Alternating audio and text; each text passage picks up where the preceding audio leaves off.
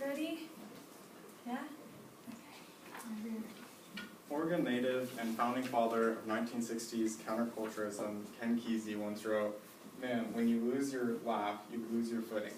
And by this, he kind of meant when you lose your sense of humor, you kind of lose a sense of who you are as a person and a sense of self-identity.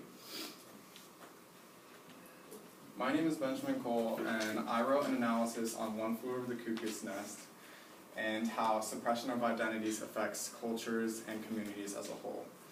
One Flew Over the Cuckoo's Nest is a novel about how in a mental hospital, patients rise up against the head tyrannical nurse in order to gain control and gain freedom back in their whole lives, basically. One thing Kesey does is he uses the symbol of machines or societal machines in general. For example, McMurphy and Bromden, the two main characters, talk about how there are sleeping machines at night, which is really just a metaphor or a symbol for how the people are basically cogs in the hospital and work together as a whole to accomplish the main goal for the head nurse. And so at night, when people are sleeping more, then they end up getting quieter, just as the machines in the walls get quieter.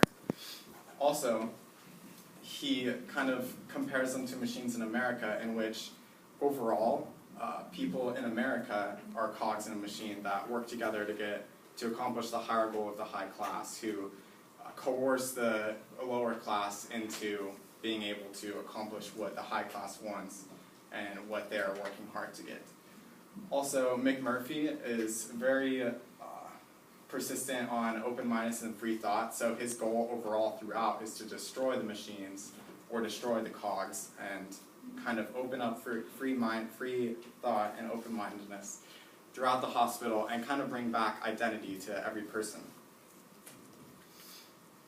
Also, Kesey uses McMurphy's character himself to kind of reform the hospital overall and kind of change how the head nurse uses the rules themselves to manipulate and control the hospital.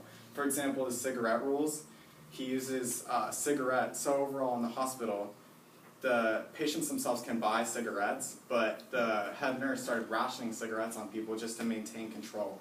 But McMurphy decided that if he bought his cigarettes, he wanted to smoke them whenever he wanted. So he broke glass and started stealing his cigarettes because he believed that breaking the rules to have his own freedom is what every human deserves, basically. And also, they had circles where the whole hospital would start talking about each other's problems and start calling out each other's specific problems and why they might be in the hospital. But McMurphy decided, I don't really want to talk in that, so he did not participate at all in any of the circles and the conversations that might help them or better their sickness.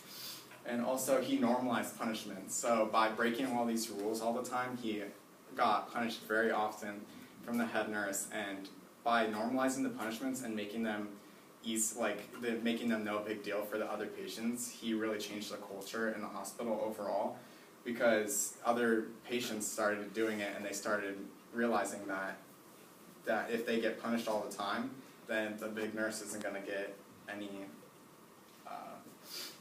she's not going to be satisfied with what's going on anymore.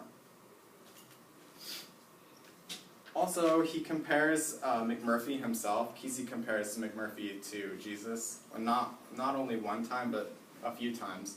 First of all, by his fishing trip. So the whole hospital goes on a fishing trip, and what McMurphy does is he uses smaller fish as bait to catch bigger fish. And the whole idea of using something so small and getting something way bigger is kind of a comparison to Jesus in the Sea of Galilee. And the whole comparison itself is interesting because not only was he able to use a small fish to catch like big fish, but he was able to catch enough fish to feed everyone, and that was pretty interesting. And also his crucifixion, when McMurphy was getting punished so much that the only punishment left was to get electroshock therapy, then he was basically crucified because when he was put on the table, he had his arms spread out wide and his legs together, kind of similar to how Jesus was on the cross. And by doing this, he ended up getting shocked and dying, and then coming back to life. So he basically was resurrected, and that's a very common comparison to Jesus as well. So overall, the meaning of the work that Kesey attempts to assert is the fact that in a community, you need an outside power that needs to come in and be able to manipulate how the rules are and change perspectives in order to change the community as a whole. And also he asserts that diversity destroys social molds, specifically because as in today's society, if you have social molds and the upper class uses you as a cog, the only way to kind of overcome that is by having diversity and showing your true identity and being able to do what you think is the best thing for you and having like your own freedoms. And by kind of similar to how McMurphy was coming into the hospital as an outsider and creating a fun environment and opening up freedoms for other people, I was also a stage manager, and I kind of opened up freedoms and accepted other people's diversities as a whole. So for my senior project, I was a stage manager at the Jackson County Fair, and I managed a music festival of 35 acts. And I worked alongside Carlson Sound and Lighting, and my duties were not only managing the LED wall and managing the ads for sponsorship alongside that, but also that I had to manage the ads for the bands themselves. And every day I had to make a new slideshow in which I advertised which bands were playing and when.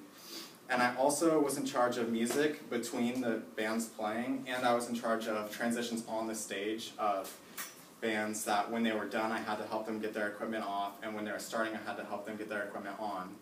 And also I had to move their equipment from their cars onto the stage as well. And I had to maintain cleanliness not only in the green room, but also on the stage and in the performance area.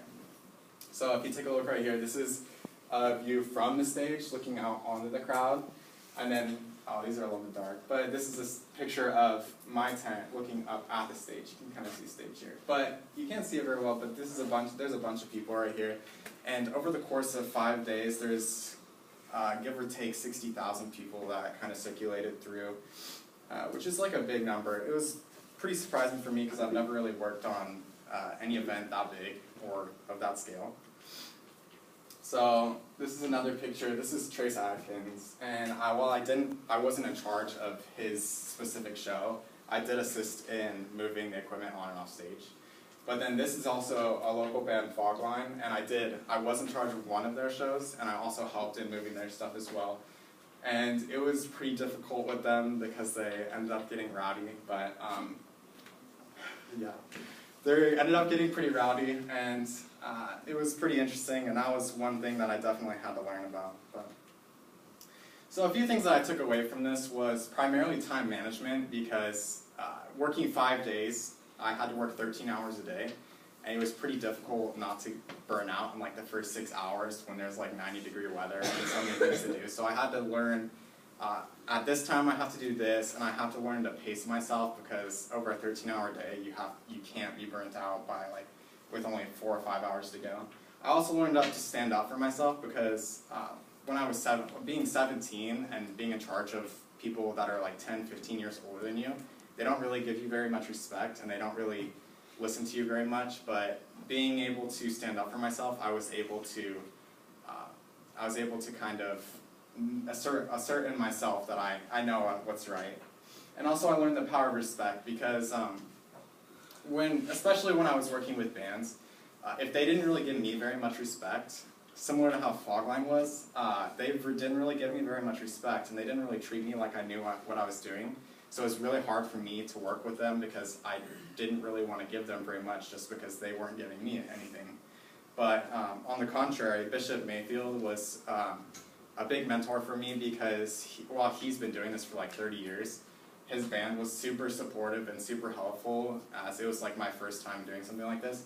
He was very respectful, and that kind of helped me understand that how important it was. My future plans are to go to Western Oregon, and I'm wishing to get a Bachelor of Arts. I'm not really sure what I want to do yet, but I know for a fact that I want to keep influencing communities and having fun events with them. So Ken Kesey once said, when you lose your laugh, you kind of lose your footing. And by that, I think he kind of meant like you kind of lose a sense of yourself when you lose your sense of humor.